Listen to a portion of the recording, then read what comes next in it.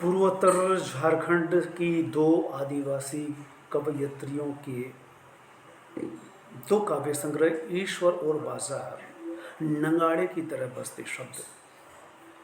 निर्मला पुतुल, जिनका अपने घर की तलाश में और उसके बाद नंगाड़े की तरह बसते शब्द। इसी तरह से ईश्वर और बाजार जसिंता केरकेटा का काव्य संग्रह, जिस पर काफ़ी चर्चा है और हम इससे पहले भी बात कर चुके हैं। नंगाड़े की तरह बसते शब्द, ईश्वर और बाजार, ये दोनों शीर्षक ही बहुत कुछ कह देते हैं। इनको सुनने के बाद कहने के लिए, बताने के लिए जैसे शेष नहीं रह जाता। दोनों कवित्रियाँ में गहराई से, शिद्दत से आदिवासी स्वर बुलंद होता है। आदिवासी स्त्री की आदिवासियत उजागर होती है और आदिवासी होने का अर्थ खोलती है जसिंता केरकेटा।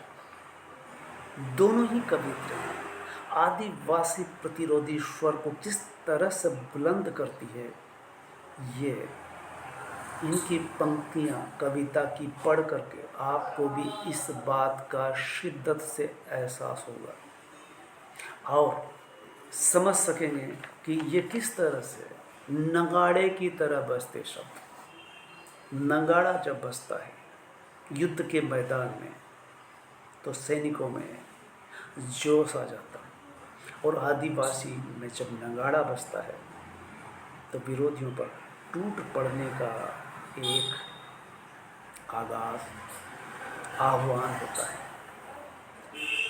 प्रतिरोधी स्वर दोनों ही कवियत्रियों में ईश्वर, धर्म और आदिवासी पर विमर्श करती ये कविताएं, जिसकी कुछ कविताओं की पंक्तियां हैं। मेरे एकांत का प्रवेश द्वार, निर्मला पुतुल किस तरह से ईश्वर को लेकर के सवाल उठाती है। उतनी दूर मत ब्याहना में वह लिखती है जहाँ ईश्वर कम आदमी ज़्यादा रहते। गौर करें, जहाँ ईश्वर कम आदमी ज़्यादा रहते हो, बकरी और शेर एक घाट पर पानी पीते हो जहाँ, वहीं ब्याहना मुझे। इतनी दूर मत ब्याहना, लेकिन इतनी दूर में वो गांव ऐसा नहीं होना चाहिए जहाँ ईश्वर कम आदमी ज़्यादा रहते हो।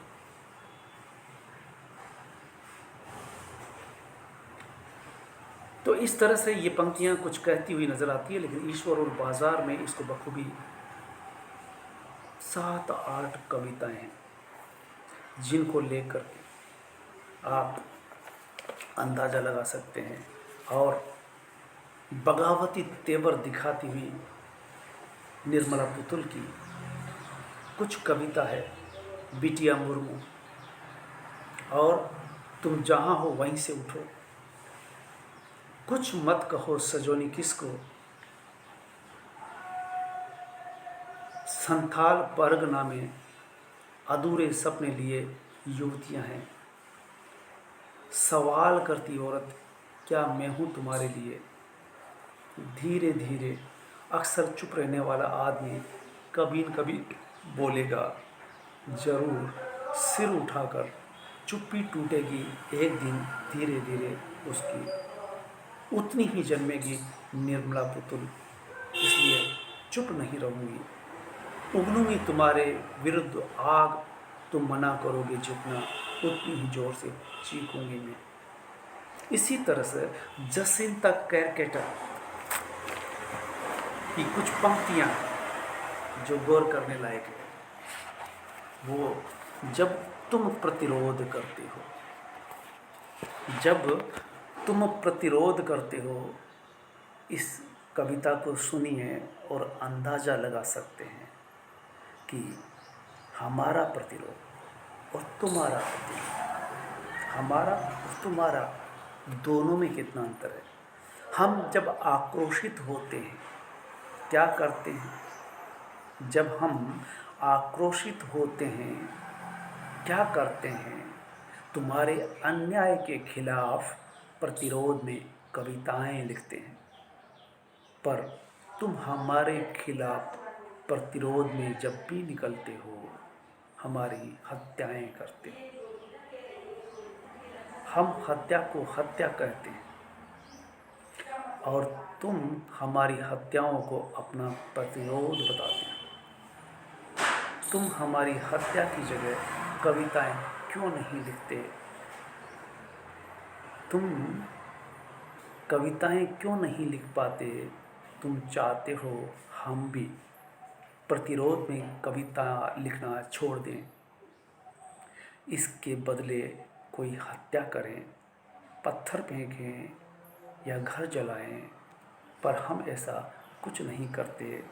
हम सिर्फ कविता लिखते हैं और हर बार तुम्हारे भीतर छिपे हत्यारे को तिल मिलाकर बाहर निकलते देखते हैं। ये कविता बहुत कुछ कह रही है। वो आदिवासी जो सदियों से मूक रहा, बोला नहीं,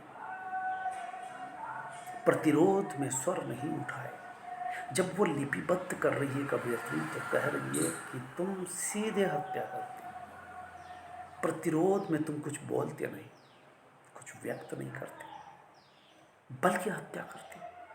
हम हमारे प्रतिरोध में कविताएं लिखते हैं, लिखने पढ़ने को महत्व उजागर करती हुई ये कवियत्री इस तरह से प्रतिरोध की बात करती है। और इसी तरह की दूसरी कविता है जिसमें देखिए मारे जाने के लिए, यानी अक्सर आदिवासी मारा जाता है, पुलिस इसी भाषा में बात करती है। और जंगल में बचे रहने की शर्त नहीं है ये, जंगल के लोगों के मारे जाने के लिए जंगल में उनका होना भर काफ़ी है। यानी जंगल में वो है तो सिर्फ इसलिए कि वो एक दिन किसी न किसी दिक्कू के हाथों मारे जाएंगे। जैसे दुनिया के किसी भी कोने में किस्तों में मारे जाने के लिए एक आदिवासी का आदिवासी होना भर काफ़ी है। दुनिया को लेकर के सवाल उठाया है। जैसे अमेरिका में बच गए विस्थापित नेटिव अमेरिकन के मारे जाने या आजीवन जेल में होने के लिए उनका नेटिव होना भर काफ़ी है। जैसे काले लोगों के मारे जाने के लिए उनका काला होना भर काफ़ी है। इसी तरह से आप देखिए कवयित्री आदिवासी होने को किस तरह से संबोधित करती है। अक्सर लोग पूछते हैं मुझसे, अक्सर लोग पूछते हैं मुझसे, पर मैं उनसे कहना चाहती हूँ धरती के करीब रहना ही आदिवासी होना है। आदिवासी होने को परिभाषित करती हुई ये पंक्तियाँ बेजोड़ है, अनूठी है, गहराई लिए हुए है। धरती के करीब रहना ही आदिवासी होना है, प्रकृति के साथ चलना ही आदिवासी होना है, नदी की तरह बहना और सहज रहना ही आदिवासी होना है, भीतर और बाहर हर बंधन के खिलाफ लड़ना ही आदिवासी होना है, और अपने सुंदर होने के सारे चिन्हों के साथ ज़्यादा मनुष्य होना ही आदिवासी होना है। पर किसी के मन में सिर्फ रह गया है, पर किसी के मन में सिर्फ रह गया हो कोई गहना गोदना, और कोई नहीं समझ पाता, और कोई नहीं समझ पाता हो क्या होता है आदिवासी होना। इसके बावजूद भी अगर कोई नहीं समझ पाता तो मैं चाहती हूँ बदले समय में नए सिरे से प्रतीकों में फंस गए हर भ्रम को तोड़ देना। यानी अगर आपने कोई भ्रम पाल रखा है तो वो तोड़ दिया जाएगा, क्योंकि वर्षों सदियों से भ्रम पाले हुए रहे और उस भ्रम के शिकार हमें बनाते रहे। अब वो शिकार आप नहीं बना सकेंगे। प्रतीकों में फंस गए हर भ्रम को तोड़ देना इसी आदिवासियत के साथ बचा रह सकता है धरती पर किसी का आदिवासी होना। तो आदिवासियत क्या है, इसको चिन्हित करती हुई जसिंता कैरकेस्टन अपनी बात रखती है। और इसी बात को नगाड़ी की तरह बजते शब्द में बिटिया मुर्मू के लिए जब वो कहती है उठो, प्रतिरोध के स्वर में कितनी बुलंद आवाज़ के साथ बोलती है, उठो कि तुम जहाँ हो वहीं से उठो। जैसे तूफान से बवंडर उठता है, उठती है जैसी राख में दबी चिंगारी, जैसे उठती है जैसे राख से दबी चिंगारी।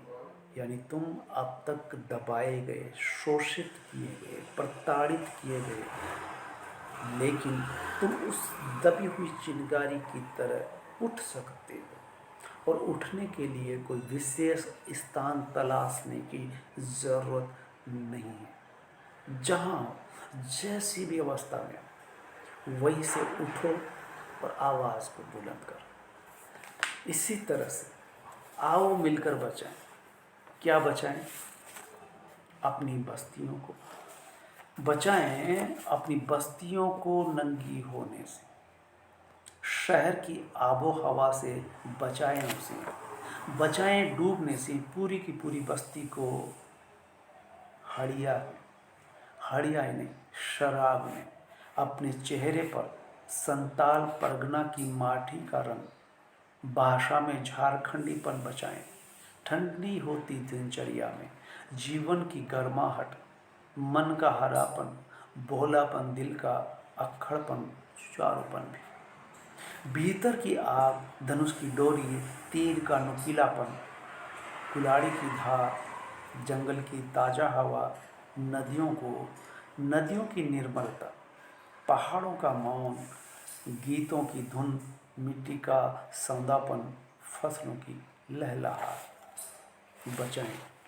और नाचने के लिए खुला आंगन, गाने के लिए गीत, हंसने के लिए थोड़ी सी खिलखिलाहट, रोने के लिए मुट्ठी भर एकांत, बच्चों के लिए मैदान, पशुओं के लिए हरी हरी घास, बूढ़ों के लिए पहाड़ों की शांति।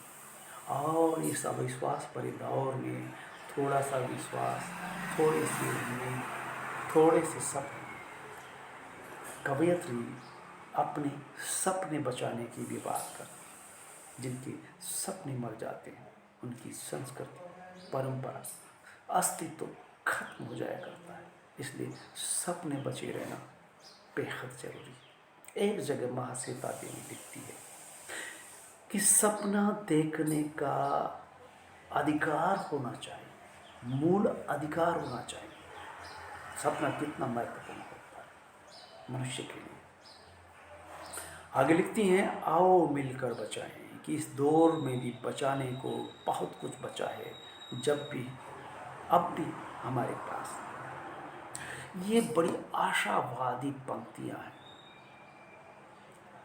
कहते हैं कि बहुत कुछ खत्म हो चुका है। बेशक दोनों कवयित्रियों की पंक्तियां कहती है कि नदियां सूख रही है, नदियां में पानी सूख रहा है, नदियां बहना बंद कर दी है, पहाड़ काट दिए गए हैं, जंगल से पेड़ लगातार काटे जा रहे हैं।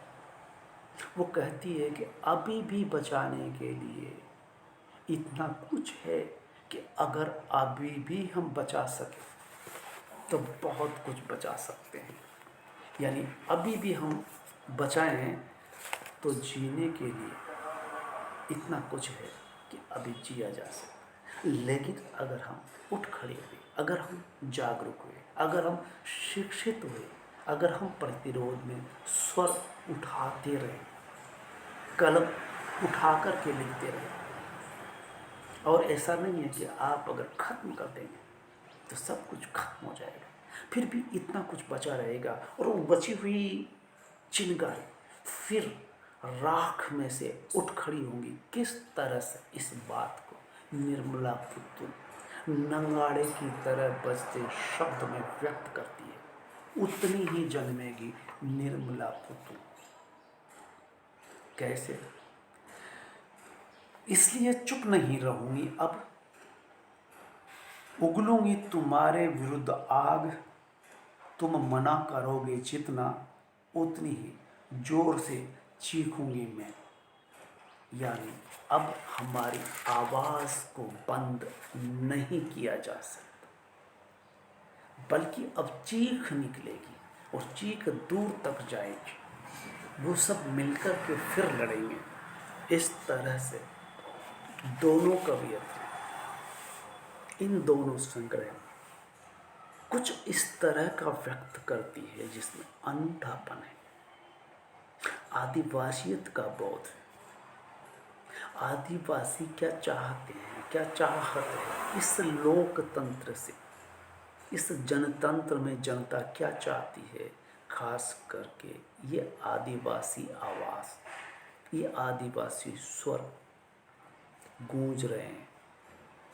वैसे तो इन दोनों संग्रह के शीर्षक ही बहुत कुछ कह दे रहे हैं, ईश्वर और बाजार। वैसे बाजार से आदिवासी का कोई सीधा सरोकार नहीं है, लेकिन सरकारें विकास के नाम पर जंगलों में घुसपैठ कर रही है, जंगल में बेदखल कर रही है आदिवासियों को, पहाड़ों से, जंगल से, बांधों के नाम पर या विकास के नाम पर। तभी दूसरी कवियत नंगाड़े की तरह बसते शब्द की बात करती है। ये पंक्ति इतना कुछ कह दे रही है कि नंगाड़ा आदिवासियों के लिए केवल सांस्कृतिक गीत नृत्य करने भर के लिए नहीं है। जब जरूरत पड़ती है तो नंगाड़े की आवाज़ पर सारे आदिवासी सुदूर से, जहाँ तक उसकी आवाज़ जाती है, पहाड़ों में गूंजती है, उन पेड़ों की झुरमुट हवाओं को बहाकर उस आवाज़ को दूर तक आदिवासियों के कानों तक ले जाती है। और जो भी आदिवासी सुनता है उठ खड़ा होता है और चला आता है उस आवाज़ की तरफ खिंचा हुआ। और बिरसा मुंडा ने कुछ इसी तरह का कमाल कर दिखाया था कि उनकी आवाज़ के पीछे सारे सारे आदिवासी खड़े हो जाते, खड़े रहते हैं लगातार तत्पर प्रतिरोध में अंग्रेजों के।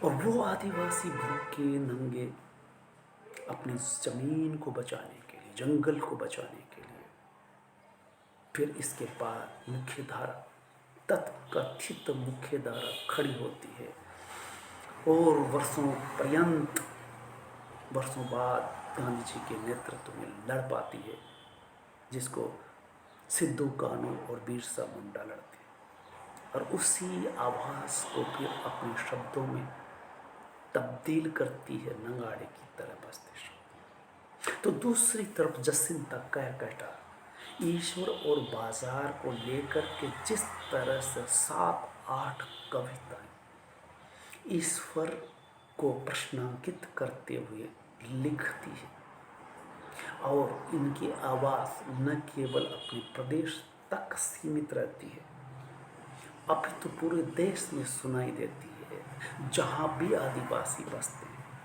कि बाजार किस तरह से आपकी चौखट पर आकर के खटखटा रहा है और ईश्वर के बहाने पूरी सत्ता पर बैठ जाती है। ईश्वर और बाजार का गठबंधन वैसे भी देश के खिलाफ जाता है, हर समाज के खिलाफ जाता है, आदिवासी के खिलाफ तो वो है ही। तो इस तरह से हमें समझ सकते हैं कि दोनों संग्रह आदिवासियत को जिस तरह से, अस्मिता बोध को जिस तरह से स्वरबद्ध करती हैं ये कवयित्रियाँ, ये तारीफ काबिल है। और इन कविताओं का पाठ जगह जगह होना चाहिए, ये विमर्श से चलना चाहिए। मैं जसिंता कैरकेटा से तो उतना परिचित नहीं हूँ, लेकिन निर्मला पुतुल से आमने सामने बैठकर भी बात हुई, मोबाइल पर बात हुई, और मेरे बुलावे पर जब वो सुदूर पूर्व से चल करके सुदूर पश्चिम में हाड़ौती कोटा संभाग के बूंदी महाविद्यालय में आप 2-3 दिन तक ठहर करके रहती हैं। वो अनुभूति मुझे आज भी आपसे मुखातिब होने के लिए, आपके इन शब्दों से, नगाड़े की तरह बजते शब्द में छुपी हुई उस संवेदना तक पहुंचा देता है। और ऐसा लगता है कि जैसे नगाड़े की तरह बजते शब्द में जैसे खुद निर्मला पुतुल बोल रही है। तो आपके बाद सामने आए दूसरी कवियत्री जसिंता केरकेटा, जिनकी आवाज़ देश विदेश तक सुनी जा रही है।